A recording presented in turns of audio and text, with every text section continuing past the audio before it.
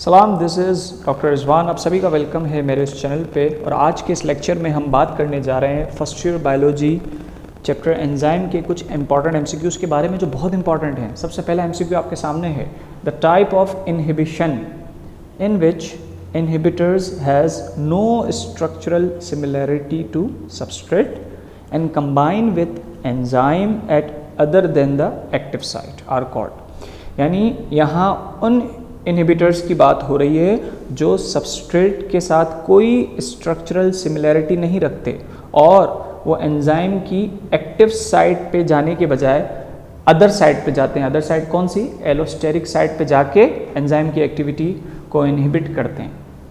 उन इनहिबिटर्स की बात हो रही है जो एक्टिव साइट की बजाय अदर साइट जो एलोस्टेरिक साइट होती है वहाँ जाके एंजाइम के साथ अटैच हो जाते हैं और एंजाइम की एक्टिविटी को इनहिबिट करते हैं। उन्हें क्या कहते हैं? तो उन्हें कहते हैं नॉन कॉम्पिटिटिव इनहिबिटर्स। अगर यहाँ पर ये एमसीक्यू होता ना कि एक्टिव साइट पे जाके बाउंड होते हैं तो फिर क्राइटेरिया या ऑप्शन कुछ और हो जाता। नेक्स्ट एमसीक्यू की तरफ आते हैं, which molecular structure of enzyme is essential for activity of enzyme. याद रखिएगा कि जो स्पेसिफिक शेप प्रोवाइड कर रहा होता है ना और स्पेसिफिक प्रॉपर्टीज़ प्रोवाइड कर रहा होता है ना, वो कौन सा स्ट्रक्चर होता है? वो होता है टर्शरी स्ट्रक्चर। तो यहाँ पर इसका जवाब जो है वो टर्शरी स्ट्रक्चर ही है, ठीक है, क्योंकि वही स्पेसिफिक होता है for specific activity. Who proposed the lock and key model? Lock and की मॉडल आप सबको याद होगा। जैसे हर ताला हर चाबी से नहीं खुल सकता, एक पर्टिकुलर ताले के लिए एक पर्टिकुलर चाबी मखसूस होती है। तो ये किसने दिया था? तो ये दिया था यहाँ पर। अब ये थोड़ा सा ऐसा एमसीक्यू है जो आपको याद होना चाहिए। एमएल फिशर ने दिया था ये मॉडल। नेक्स्ट एमसीक्यू की तरफ आते हैं, the inhibitors that bind tightly and permanently to enzymes. यानी उन इनहिबिटर्स की बात हो रही है जो एंजाइम्स के साथ परमानेंटली बाउंड होके एंजाइम के स्ट्रक्चर को और उसकी एक्टिविटी को डिस्ट्रॉय कर देते हैं। उन्हें कहते हैं इरिवर्सिबल इनहिबिटर्स। यानी एंजाइम को कंप्लीट डिस्ट्रॉय कर देते हैं, कहते हैं इनको कहते हैं इरिवर्सिबल इनहिबिटर्स। नेक्स्ट पे आते हैं, enzymatic reactions are most sensitive to which of the following.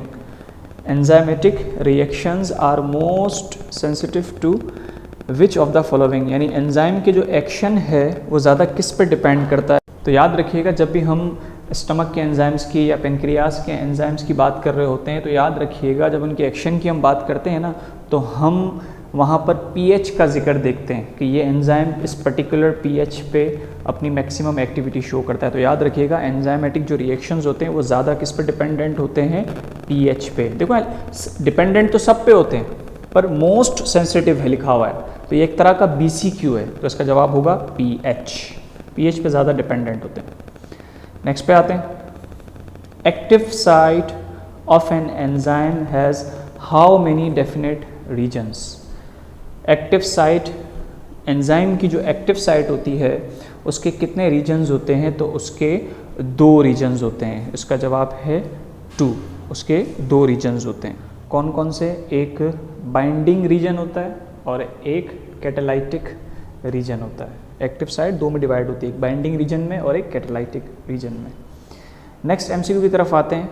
Next MCQ आपके पास है, in which of the following cases the enzyme shall not perform its function. यानी किस केस में एंजाइम अपना फंक्शन परफॉर्म नहीं कर पाएगा? तो इसका जवाब है ऑल ऑफ द अबव, क्योंकि ये सारी चीज़ें एंजाइम के फंक्शन के लिए बहुत इम्पॉर्टेंट हैं। नेक्स्ट एमसीक्यू की तरफ आते हैं, if enzyme concentration is continuously increased. यानी अगर हम एंजाइम की कंसंट्रेशन को मुसलसल बढ़ा रहे होंगे तो what is the effect on the rate of reaction. देखो आपको पता है कि रेट ऑफ रिएक्शन जो है वो डायरेक्टली प्रोपोर्शनल होता है एंजाइम कंसंट्रेशन के। एंजाइम कंसंट्रेशन बढ़ेगी तो रेट ऑफ रिएक्शन भी बढ़ेगा और रिएक्शन तेज़ी से मुकम्मल हो रहा होगा, लेकिन एक वक्त तक, एक पर्टिकुलर लिमिट तक, एक सर्टेन लिमिट तक। इसका मतलब ये नहीं कि बस आप बढ़ाते जाओ तो रेट ऑफ रिएक्शन बढ़ता ही जाएगा। नो डाउट डायरेक्ट रिलेशन है और एंजाइम कंसंट्रेशन बढ़ाने से रेट ऑफ रिएक्शन बढ़ेगा, बट एक पर्टिकुलर लिमिट तक, उसके बाद जो है मज़ीद बढ़ना बंद हो जाएगा और कांस्टेंट हो जाएगा। तो it increases to a certain level, after that it will remain constant. तो ये इसका सही ऑप्शन होगा, ये इसका सही जवाब होगा। नेक्स्ट एमसीक्यू की तरफ आते हैं। Doubling the enzyme concentration has what effect on the rate of reaction. ये कह रहा है अगर एंजाइम कंसंट्रेशन को हम डबल कर देंगे तो जाहिर सी बात है, अभी आपको मैंने बताया डायरेक्ट रिलेशन है, तो रेट ऑफ रिएक्शन भी क्या हो जाएगा, डबल हो जाएगा, यानी rate of reaction becomes double. तो ये थे कुछ important MCQ. Next video lecture में आपके लिए कुछ नए एमसीक्यूज़ लेकर आऊँगा विद एक्सप्लेनेशन। तब तक के लिए अपना ख्याल रखिएगा। अल्लाह हाफिज़। Thank you so much. Goodbye. Take care.